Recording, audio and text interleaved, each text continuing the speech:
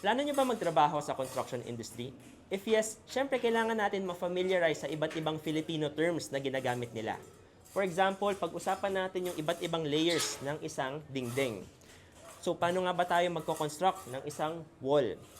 Ang innermost layer nito ay itong CHB or in Filipino, tinatawag nating asintada.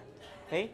Next, after natin ma-assemble yung mga CHB, para naman ma-fill in yan, yung mga gaps sa ating CHB, nilalagyan natin ng palitada or in English, plaster. Okay? Para saan ang palitada?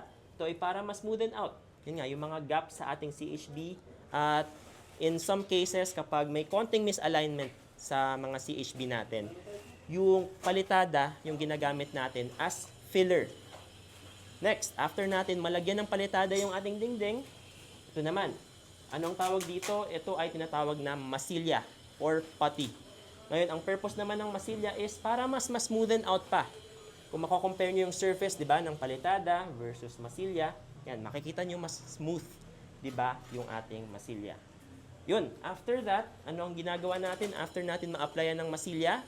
Nilalagyan na natin siya ng primer. Yan, dito na tayo maghahanda, mag-paint. Okay, primer is just to provide a blank canvas. Di ba?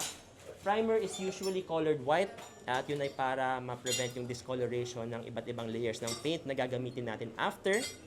Yun, and after natin lagyan ng primer, dito na natin lalagyan ng 3 layers of paint. So yun na, tandaan nyo, hindi sapat na iisang layer lang yung ilalagay nyo sa ating dingding.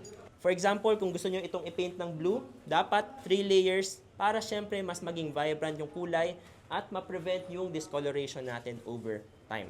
So ayun, I hope marami kayong natutunan sa construction industry. Watch out for more future videos.